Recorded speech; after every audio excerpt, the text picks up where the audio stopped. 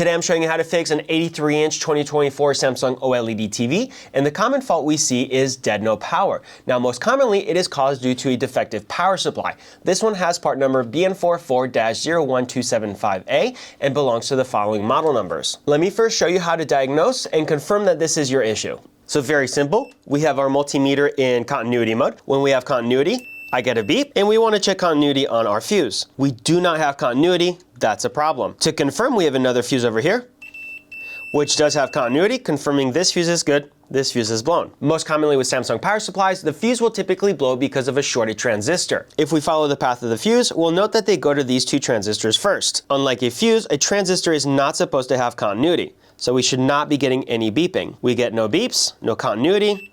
I do get a beep, I have continuity. So that tells me this transistor has failed shorted and needs to be replaced. With today's repair, only this transistor has failed. However, we do know that both of these are known to commonly fail. So if we don't replace this one as well, it is possible that it will fail in the near future. Let's start by unscrewing it from the heatsink and flip the board over. Now for this next step, we're going to switch to the microscope. And here are the 3 transistor legs and over here. Now they are covered in silicone. So we are going to have to remove that in order to be able to desolder the component. And now we can start desoldering. I'm going to start by adding solder first before I start my desoldering process so that I can get good flow on all the joints.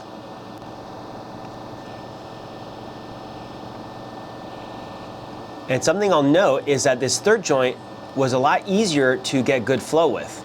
So that means when I go to desolder it, it should be a lot easier.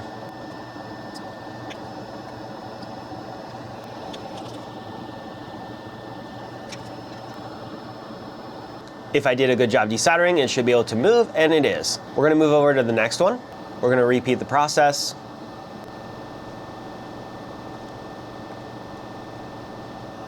And same thing, this third one, a lot easier to get flow. We'll repeat the process by desoldering that one first.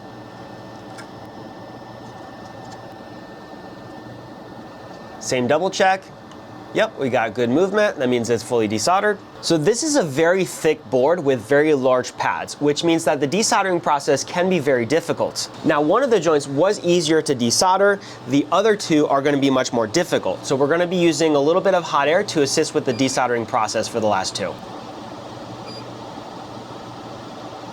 Okay, there we go. I have movement.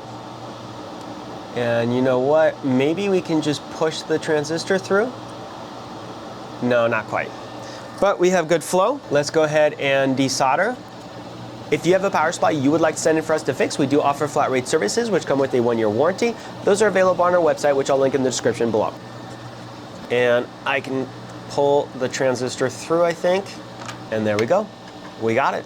Moving on to the next one. And just for comparison, we're not going to use the hot air here. I can't get any movement from the pin. We have what looks like good flow, but not through the whole joint. And I'm putting a decent amount of pressure here on the transistor leg. Okay, we're getting a little bit of movement now. Flow's getting better. Oh, there we go. Okay, now we have good flow. So it took significantly longer. Let's try and desolder. And I'm not able to get all of the solder out of the joint here, it looks like. So I might have to add some more solder in order to get good flow again all the way through. Let's see if we can just get it with our hot air here and the iron. I'm thinking no. Yeah, it's just not gonna happen. So in order for us to desolder it, we're gonna add some fresh solder. There we go. Stay on the joint for a little longer, assist with a little hot air again.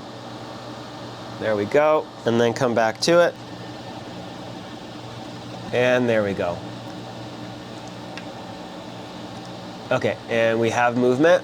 Perfect. And so that's just to show that having really good heat transfer into the joint, into the leg of the component is very important.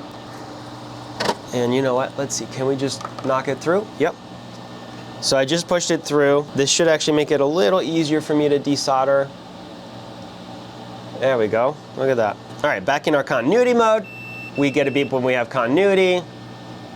no continuity, no continuity, no continuity, and no continuity. Now this is the second transistor we removed, which was the suspected bad ones, and we still have a short and a short, so that confirms it. This one was the issue. The other one, I don't think we had a short, so I don't expect a short, and we don't. Let's do a quick cleanup with isopropyl alcohol and a Q-tip. Next, we're gonna remove the original silicone pads. We'll give the heat sinks a quick clean with isopropyl alcohol again and our Q-tip. And on the back of our transistors, I've already applied a layer of double-sided thermally conductive tape, and that'll act as our insulator. So we'll feed our replacement through. We'll flip the board over and solder down our legs.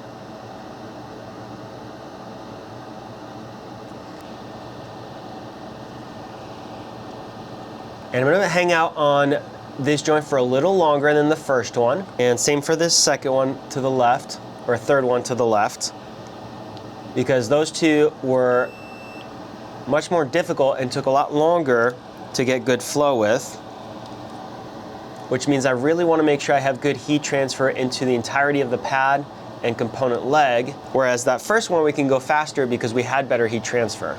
Same here.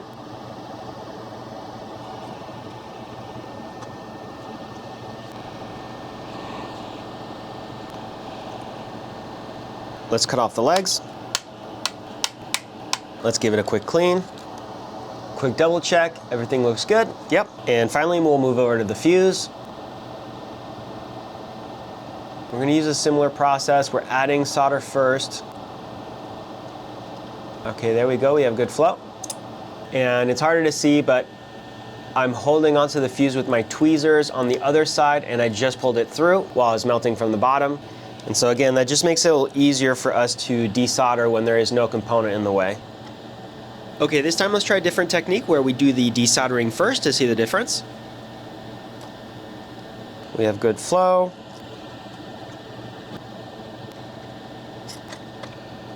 Okay, that wasn't too bad, but did we properly desolder it? I'm wiggling it, but oh, there we go. It's not really coming out. Keep trying. There we go. All right, a little tougher. Now for our fuse, the original was a 15 amp, 250 volts. Unfortunately, due to a small clerical mistake, our last batch of fuses arrived without legs, which means we're gonna have to build our own legs. So I'm feeding a leg through, and we're gonna try and solder it.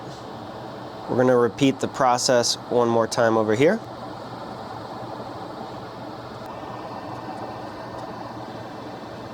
Let's look at the other side, and we have one leg, two legs. We're gonna add a little bit of flux to the mix and solder down the fuse.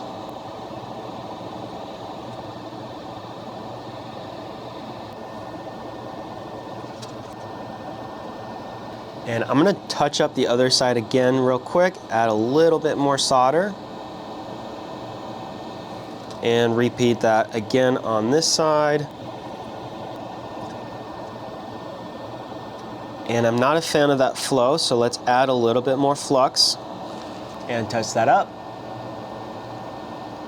There we go, that's better, a lot better. And now I'm actually able to push and move the entire board by pushing the fuse, which to me does confirm we have a very good, solid, strong bond. So originally we had no continuity on the fuse, and we do now. Let's switch over to resistance mode, and let's check our resistance on the transistors. Now I have my negative lead on the center pin. We're getting about 1.1 mega ohm and half a mega ohm. This one was originally shorted and now is reading 1.1 mega ohm, and same thing about half a mega ohm, so 500,000 ohms. So to me that confirms we have a successful repair, but let's go ahead and plug it in and live test. I just heard it click. Now I don't recommend you do this at home. We're just doing it for the purpose of the video here. But we're gonna check our filter caps. We are expecting about 400 volts, and we're getting a very steady 400 volts, which is good. Next, we'll check our 13 volt line over here. 12.77, that's good. And our VDRV, and we're getting about 30 volts. Also good, also as expected. If you found the video helpful or useful, leave us a like, subscribe for more content, and thank you for watching.